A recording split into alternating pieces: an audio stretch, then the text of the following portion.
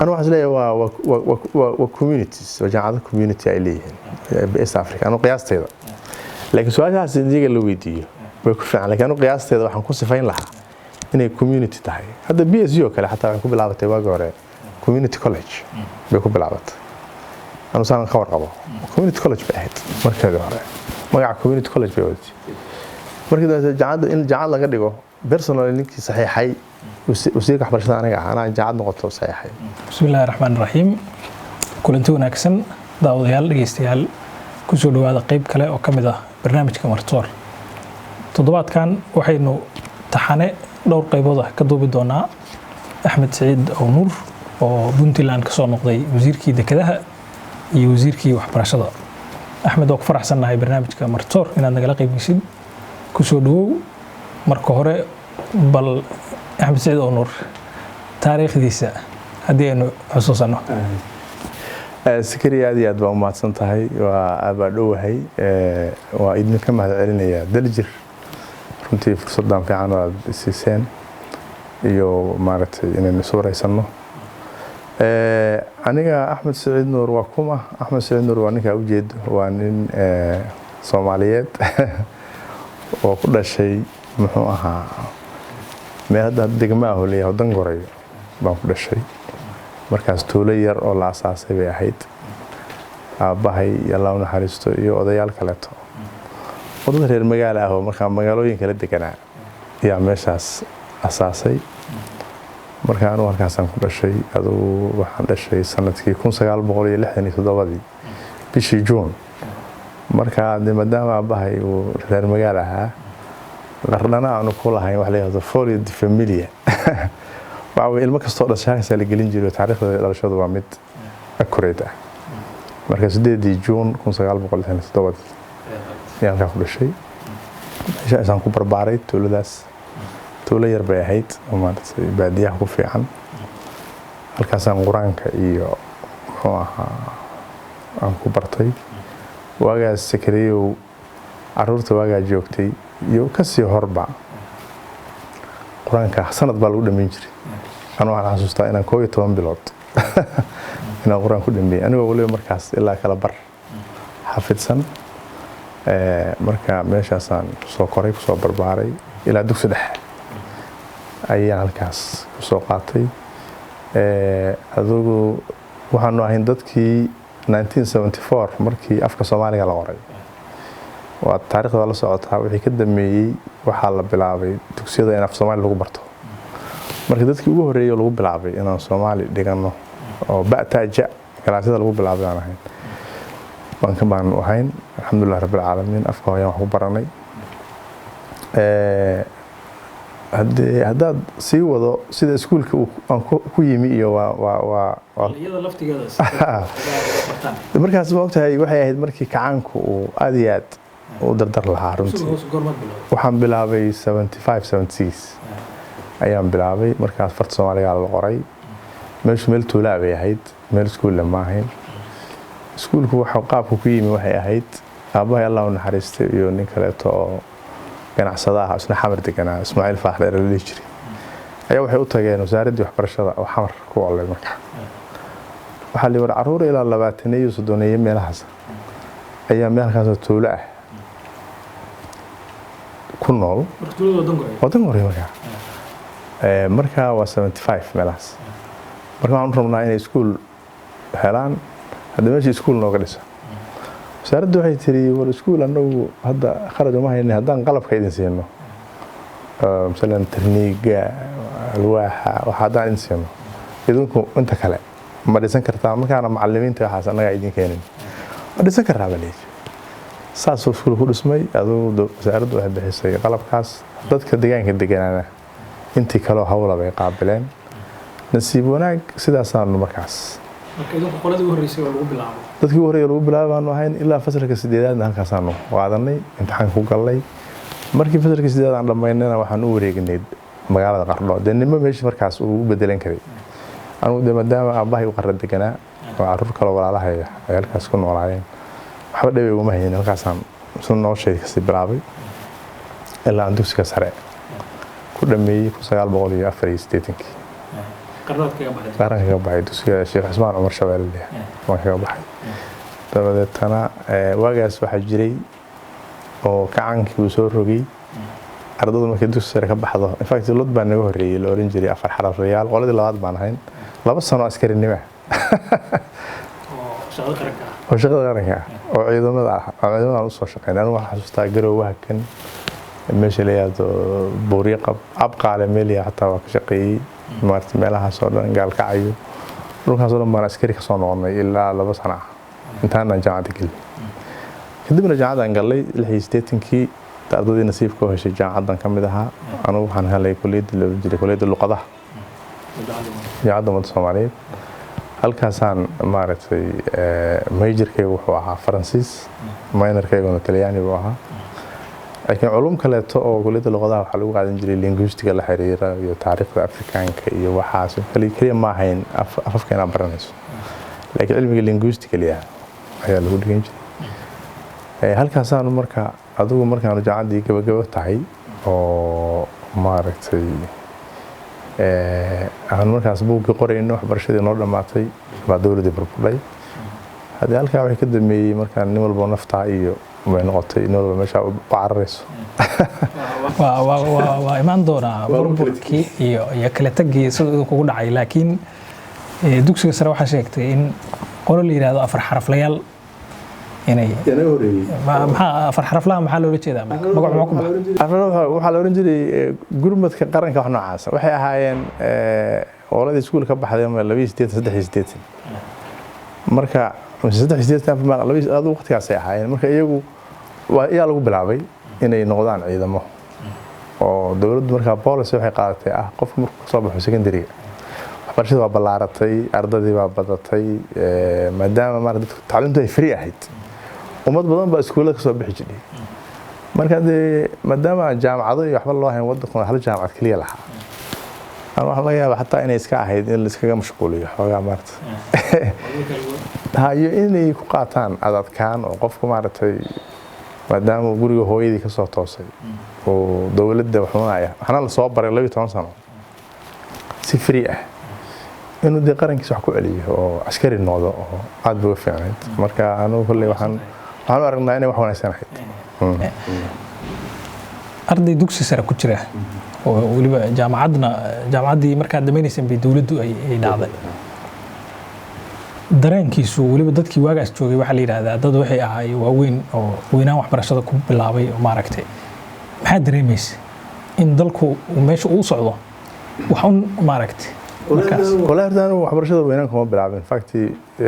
ما دام والدكي أي دارن صناعين مهم ده حبرشة ولا لا يرى ما هو بلعب حبرشة أنا ما كان دوك سرق بحيث ديت تونسيال تونسل منها سنتري مركا هو إيش كعادي كهو دوك سياسة الأولى مية لكن رنتي وحبدا ما ندرن صناعين لا يرى أنا هين والساس ولا ما ننسى سياسة ده ودن كسرعانية سيء واحد كسرعانية inay jidde khatar jiddo hoose wax u socdaan khatar badan jiddo waa arkaynay laakiin anigu kalmankan iska soo qaado markii xamar laga qaxay dadkii iga waaweynaa ehelka aan ahayn waxaan ku oran jiray wareede haddii odagii siyaad baraa oo xamar ka tagay meenaan de guryaheeni meenaan iskaga noqonay marka waa lagu qosli jiray waxa la dhihi jiray aniga war ma haysid wax yeesha caruur baa tahay iska aamus waddankaanu meel khatar ah buu jiha khatar oo qaaday way dadku qabeen laakiin anagu maadaama dhalinyaro ahayn wax saas oo hadda aan dareemi karno ma jirin laakiin in khatar jiddo oo de wadankii lagu kala qaxay maaragtay baa noo muuqanaysa dawladdii kadib Puntland waa ka shaqaysay wasiirka waxbarashada waa ka noqotay hadda sida wax loo barto markaa fiirisid iskuulada dugsiyada sare dugsiyada dhexe tayada waxbarashada sida ay yihiin ilmahaguna waa ardayo de waa joogaan dadkii bi'adii bay ku dhex jiraan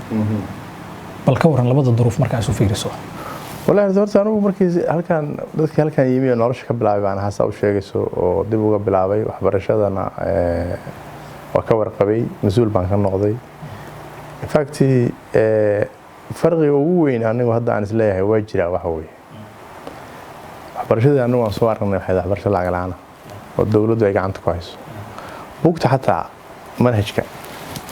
lacag la'aan baa loo siin jiray waagii dambe oo dowladdu xoogaa iska tabadaraysay laba arday saddex arday waa la isu wadaajin jiray laakiin ma jirin lacag laga qaado ardada ma jirin ardadas waxay ahayd arrin yani runtii wanaaga oo jiri jirtay loona baahan yahay mustaqbalka in laga fikiro waxbarashada in lacag la-aan laga dhigo sala socoto waxbarashada jidha waa lacag ya qofku lacagtiis wax ku bartaa tayada xagga marka la yidhaahdana dee runtii waagaas muxuu ahaa waxaa jiray manaahij dowladdu ay samaysay manaahijaasaa la raaci jiray tayadu waa fiicnayd baan anigu isleeyahay inkastoo mar ka dambaysa tayadu soo xumaanaysay waxaa jira waxa soo macalinka waxa la yidhaahdo ayaa markii lixdamaadkii toddobaatanaadkii marka la eego sida qadarinta macalinku lahaa iyo markii dambe oo noloshii soo adkaatay oo wadanka dhaqaalihiisa soo xumaaday macalinku sidoo noqday oo macallinkii mushaharkiisa iska yaraaday shaqadii macalinimada dad badan baa ka baxay oo ama dowladda meelaha kale u wareegay ama wadanka iskaga haajiray marka waxaan ku dhihi karaa waxa weeye wixii sideetamaadkii aakhirkiisa loo soo gaaro tacliintu waa soo tayo xumaanaysa laakiin mar walba tacliintaasu waa ka fiicnayd baan aaminsanahay midda hadda jira qaybtan Puntland iyo waa soo gaari doonaa siyaasadda oo laakiin hadda arinta waxbarashada maalmahan dambena waxa taagnaa oo laga hadlayay manhajkii oo ardayda la yiraahdo iibsadaan wasiir waxbarashada waa ka soo noqotay Puntland oo waxaan malaynayaa 3 sano ka ahayd 2007 adoo olole ku jira hadal aad jeedisay oo aan dhawaan dib u daawadayna waa ku faanaysay waxa leeyahay waxba ka qabtay oo ma aragtay wasiir kasto oo ka dambeeyay oo meesha soo marana qolo kasto waxbay ku dareysay laakiin haddana ardayda dugsiyada sare gudaha Puntland uga baxdo ardaygu markuu soo baxo waxa la yiraahdaa wali sidii loo baahnaa meesha loo baahnaa ma joogo marka loo fiiriyo wadamada dariska ah oo ardayda manhajkooda iskuulada carabiga ka yimidna kuma fiicna carabigi wax kuma qori karaan wax kuma cabiri karaan xataa macallimiinta sheegay markaan wareysano rag 20 sano macallimiinta dugsiyada sare ka ahaa ardayda ingiriiskuna sidoo kale oo gaabkaas waa jira xagee eedu ka jirta waxbarashada Puntland ee asaasiga ah walaalo horta anu waxaan qabaa waxbarashada markaad fiiriso meesha ka timi iyo meesha laga soo bilaabay ninkii xoogaa lahaa xoogaa weey meeshaan hadda Puntland la yiraahdo markii la soo noqday oo tii wixii hore waxbarashada ahayd oo hore u jireen oo burburay oo hadda ka sheekeynayna iskuulaadkii jiray iyo wixii jireen ay dib u burbureen oo ay noqdeen guriyada degan yahay de waxa weeye dadku waa isxil qaamay community-ga ay isxil qaamay runtii dadkii bahda waxbarashada ahaa oo waxbarashada ku jiray ama macallimiinta ahaa ayaa isxil qaamay culumadii waa isxil qaantay waxbarashadii dib baa loo soo asaasay qalad kasta hala haato wax kasta ha ka qaldanaadeen laakiin waxbarashadii dadku dib bay u soo bilaabeen iskuulaadkii baa maaragtay dib loo soo bilaabay iskuulla waxa la dhisay community schools oo dadku iyagu ay dhisteen kuwa tabaruc lagu helay baa la sameeyay jamciyaad baa abuurmay waxbarashadii soo bilaabay dowladda Puntland baa timi dowladda Puntland haday timina runtii iyaduna dhaqaale ma hayn waxbarashada ay ku kaba garayso laakiin dowladda Puntland tabarteeda ahayd waa dadaashay baan qabaa anigu markaan waxbarashada imi ma jirin wasaaradda waxbarashada anigu waxaan ahaa wasiirka ugu horeeyay oo noqdo wasiirka waxbarashada waxay ahaan jiray markaas caafimaadka waxbarashada isku jireen arrimaha bulshada isku dhigi jiray anigu marka wasiirka waxbarashada noqday 2005 January wasaaradda waxbarashadu ma lahayn xafiisyo baabuur ma lahayn hal baabuur xaajiyada baan wasiirkii naga horeeyay oo wasaaradda arrimaha bulshada ma ka dhaxaysay baan wax baabuur haysan muxuu ahaa siyaasadda waxbarasho ma jirin oo lama sameyn aduu ala kulli xaal meel hoose baan ka bilownay wasaaradda waxbarashada siyaasadda waxbarashada dejinay xafiisyadii baan wax ka habeynay institutionka dhisidiisii wixii baan sameynay sida u sheegaysana dadkii aniga iga dameeyeen meeshii ka sii ambaqaadeen nimanku ka dameeyay waxba ku sii kordhiyay maantana dee waa fiican tahay laakiin waxaan is leeyahay hiigsiga loo socdo iyo meesha loo socdaa laba arrimood wey mar horta waxbarashada hadda waxay ku socotaa fiiga waalidku bixinayo way ku socotaa marka waxa weeye dowladdu yawm min al-ayaam aan fogeyn inay iska xil saarto at least inay culayska wax ka qaado oo waxbarashada maaragtay iskuullada qarashka ku baxa oo waalidiintu ay bixiyaan dowladdu inay culays ka qaado waa laga maarmaan oo hadda ma dhahayno kulli ha ka wada qaado laakiin at least haddii la yahay percentage bay dowladdu bixinaysa ama dadka aan waxba heli karin oo caruurtooda agoomaha ah ama caynkan aad dowladdu lacag ka bixinaysa ama ninkii dhowr caruur u dhigataba 3 caruur u dhigataba mid baa laga bixinaya ama aduu policy fiican dowladda la timaado waxaan dhihi karaa wax loo baahan yahay xagga financiga waxbarashada ah midda kale tana waxa weeye xagga quality-ga soo sheegayso in la hagaajiyo anigu ma qabo sida hadda uga dayrinayso dadku inay waxbarashadu waxay ku xiran tahay qofka wax baranaya waxa ragaysa 2 arday oo class wada jooga ama jaamacad wada dhiganaya oo midna oo isku wax loo dhigayo oo isku macallin wax barayo oo midna bright yahay oo fiican yahay midna uu iska liito marka waxbarashadu waxa weeye qofka wax baranayana waa ku xiran tahay macallinka tayadiisana waa ku xiran tahay manhajka la barayana waa ku xiran tahay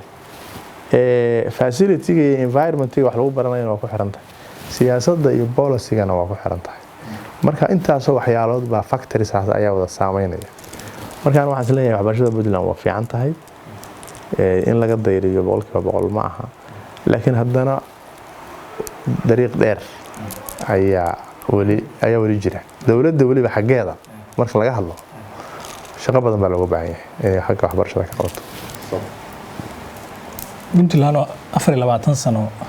nabad ahayd oo laga shaqeynayay oo dadku noolaa oo intaas dhismo ku socday madaxweynuhu maalin hadda sheegay in dhismihii laga guurayo marka horumarka la aadayo heerka jaamacadaheeda ardayda waxa la yiraahdaa hadda Soomaaliya meesha inuu kaga naalno dhinacyada marka xagga galbeedka la aadana jaamacadahooda ardaydan waa aadaan koonfur iyo muqdishona waa la aadaa dibaddana waa la aadaa waliba siyaasiyiintiina aan ka mid tahay aad ba waxa la yiraahdaa ay ilmahooda dibadda wax uga bartaan maxaa jaamacadihii Puntland loogu qanci laayay oo jaamacadaheenu ay ula mid noqon laayeen jaamacadaha muqdisho ka furan hargeysa ka furan nairobi ka furan wuxuu la mid noqon laayay oo xaqiiqo ah oo garoonka taala oo ardaydii ka soo dhigtay joogaan oo maaragtay jaamacadaheenu waa la mid yihiin kuwa hargeysa ka furan iyo kuwa xamar ka furan hadda wax badan oo isku dhaamaan ma ogi laakiin hadda leedahay jaamacadihii sidii la rabay maaha waa wax kale laakiin anu markaan runta ku sheego jaamacadaha Puntland ka jira kuwa xamar ka jira kuwa hargeysa ka jira waa isku mid ma anu ma aaminsanay kuwa xamar ka jira ka tayo fiican yihiin kuwa Puntland ka jira xoogaa loo wahay kuwa hargeysa sidoo kale laakiin kulligood waa jaamacado dad laakiin maalin kasta jaamacadaha muqdisho iyo hargeysa ku yaala ardayda dhigta waxay internship ku sameeyaan jaamacadaha adduunyada xiriir la leeyihiin waxbarashada sare u aadaan jaamacadaha Puntland ku yaala waxa iyagoo sameynaya lama arko annaguna waaqici baan la joognaa annaga soo dhiganay waa joognaa waa ka shaqeynaa waa ognahay ma laakiin waa sameeyaan jaamacadaha aniga hadda kula hadlaya aniga soo kula hadlay aniga nin weyn oo shaqaysanaya jaamacadda BSU xiriir ay soo sameysay jaamacadda Makereri waxaan leeyahay Jomo Kenyatta University baan master ku diyaariyay oo Jomo Kenyatta University aan ka qaatay shahaadada heerka labaad facility-gaasna waxa keentay jaamacadda BSU bay ahayd East Africa sidoo kale hadda maalin waxaan arkay jaamacadda Boosaaso iyadoo xiriir la sameysay jaamacadda Makereri marka aan waxaan qabaa waa dadaalay dadka jaamacadaha Puntland gacanta ku haya wax perfect ma jiraan sikariyo laakiin waa la dadaalay kaliya waxaan isleeyahay waxa maqanay waxa weeye guddigii tacliinta sare oo la rabay inay regulate gareeyaan jaamacadaha tacliinta sare inay regulate gareeyaan oo ay maaragtay jaamacadda u qoysan iska noqon jaamacaddu maqaayad qof iska furanayo ama meel kaliya loo furanayo maaragtay in xoogaa business ama lacag laga helo aysan jaamacaddu noqon oo sidaa u regulate gareeyaan baa moodaa inuu sidii la rabay u shaqeynayo iyo dawladda oo runtii aan jaamacadaha qaybtood waxaa moodaa inay yihiin jaamacado public private partnership u samaysmay markoodii hore marka public private partnership markay u samaysmeen waxaa la rabay in la regulate gareeyo laga ilaaliyo inay xagga private-ka inay u janjeersadaan oo lagu ilaaliyo waxyaalo badan taa waxaa moodaa in laga gaabiyey laakiin waxaan isleeyahay cid gaar uma jeedo laakiin markaad leedahay public private bay ahaayeen public private waa wax isku jira oo la wadaago oo la wada leeyahay de wax la wadaago de ha jaamacadda ku dhisantay donation dibadeed ya oo dhaqaale garwa ku taala u jeeda oo magac Puntland wadato caasimadda ku taala may muxuu BSU anu hadday private tahay inay public private tahay ma kala sheegi karo laakiin hadda waxaa jira jaamacado kale badan oo sidoo kale East Africa oo kale waa jaamacado communities ya community ahaan association baa sameeyay donation dibadeed iyo deeq baan lagu sameeyay marka lama oran karo jaamacad private East Africa oo kale hadda anu saan la socdo saan qiyaasay muxuu ahaa waagii kulligoodna jaamacadaha kan marka la asaasayay dowladda Puntland baa siisay registrationka oo ogolaanshaha siisay oo jaamacadda waddanka diiwaan gashan way jaamacadda private tahay wax ceeb ah ku jira ma jiraan hadduu qofku isagu uu maal gashaday laakiin adigoo Axmed Saciid Nuur wasiirka waxbarashada soo ahaa jaamacadaha dalka ku yaala horta ada afka ku dhuftay hadda bariga Afrika oo kale waxa tiri anu ma oran karo waa jaamacad private ah marka ma public ba ama private أنا واحد ليه communities وجامعات community عليهن بإست أفريقيا أنا قياس هذا لكن سؤال هذا سنديق اللي ويديه بيكون فعلا لكن أنا قياس هذا وحنكون صفين لها إنه community تاعي هذا BSU كله حتى بيكون بلعبة تواجه community college بيكون بلعبة أنا صار نخبر قبله community college بعهد مركز هذا ما قاعد community college بيودي مركز الجامعة لقى ديجو personal إنك صحيح حي وسيرك waxbarashada أنا jaacad noqoto saxay laakiin anu jaacad qof leeyahay ama dad gaar ah leeyihiin ma umaleynaya inay tahay laakiin waa jaamacad ummaddu ay leedahay management private waa noqon karaa laakiin waxaan leeyahay waa jaamacad laakiin waxa fiican su'aalaha inaad weydiiso dadka jaamacadaha maamula anu laakiin qiyaasteeda waa laga yaabaa inaan ku qaldanahay qiyaasteeda waxaan leeyahay jaamacadaha Puntland ka sameysmay community adduunka dal socoto jaamacadaha adduunka ugu magac dheer oo caalamka jira dad baa abuuray wadaado iyo kaniisado iyo ya muxuu ahay baa sameeyay Catholic baa Malta University waa jaamacada private oo dad business intay u sameysteen ayuu maal gashadeen marka inay jaamacadu private noqotana waa ceeb kuma jiraan inay noqoto jaamacadu yani ama religion ku salaysan ama ku salaysan maaragtay community ama principles kala too gaarana wax dhibaato kuma jiraan laakiin waxa soo dhan waxa ka abdiya inay sharciga iyo nidaamka dawliga meesha ka jira inay ku shaqeyso dawladdu inay regulate gareyso oo la socoto si ay u ilaaliso danta dadka jaamacada ka baranaya iyo siyaasadda dawladda inaysan jaamacadu wax ka duwan inaysan noqon taas muhiim ah